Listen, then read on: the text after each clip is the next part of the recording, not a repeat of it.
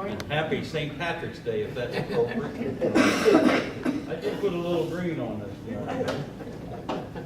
I would like to start off by saying that it has been a pleasure for me to be around and with and have the opportunity to work with Senator Baird. I think you've been extremely well represented in the Senate by him, and I would like for all of us to give him a hand and a round of applause.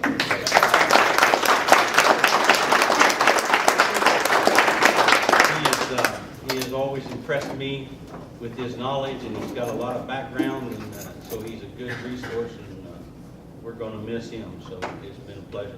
I also want you to know that I've really enjoyed working with Bob Heaton, and we met on the campaign trail. I guess it's been 2 years now, hasn't it, Bob? But he really works at it. He takes an interest in it, and he's very interested in what goes on in his area, and he works to represent you and take care of the issues that you might have. Some of you may not be as familiar with me, and I thank you for calling me senator, but I am I'm sorry I promoted you earlier. I'm like Bob, I'm a freshman senator, so, anyway, I have really enjoyed that. I might just tell you that by the end of the year or so, we've got new districts, and you've heard all about that, and I think I have the northern tier of townships. I am Jim Baird. I grew up in Park County. I live in Putnam County and represent District 44. And then to get on maybe just a touch on my philosophy, you know, I kind of feel like less government is the best government, or it needs to be as simple as possible. And one of the things that we haven't mentioned here this morning that I thought was good, we do have a committee that has reviewed the number of boards and commissions in the state, as well as committees.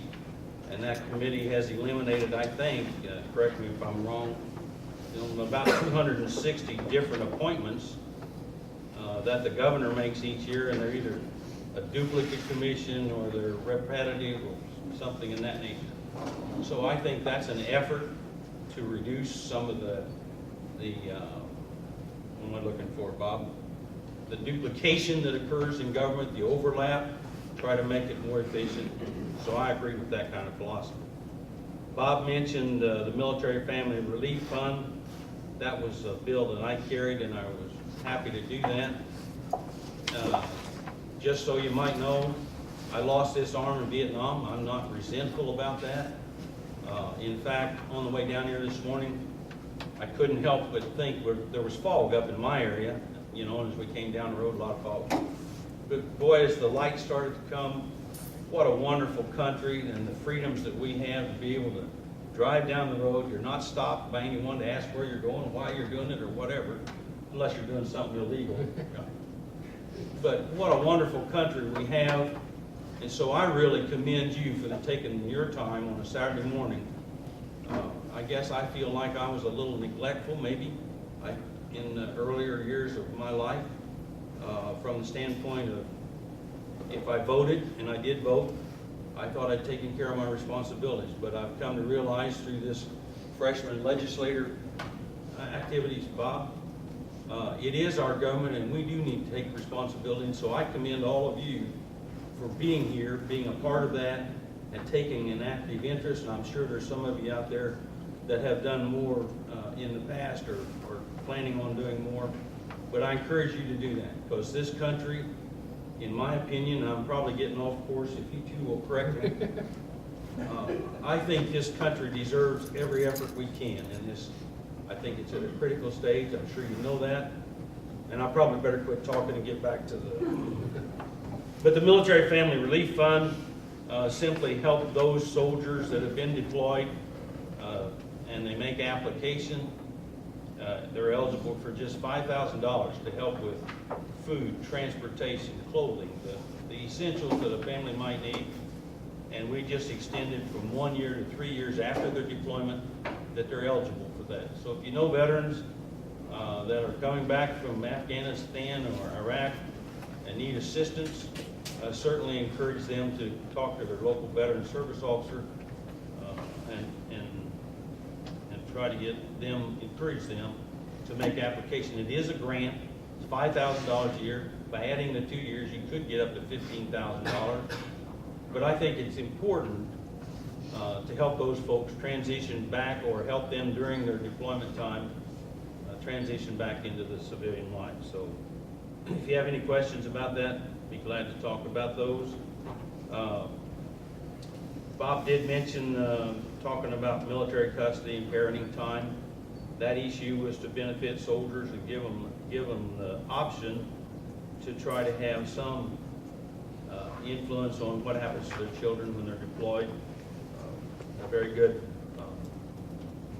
effort to try and help those families. Another bill was the Hoosier Business Investment Tax Credit.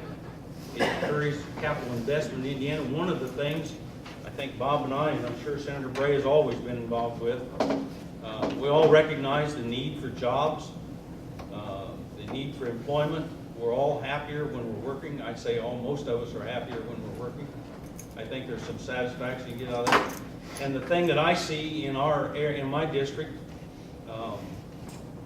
we have a good work ethic. We have people that are very community oriented, and I really appreciate that in the kind of people that we have in District 44 and 42, 6.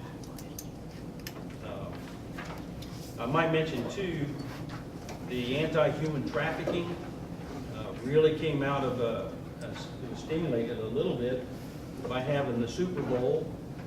And by the way, didn't Indiana do a great job on the Super Bowl?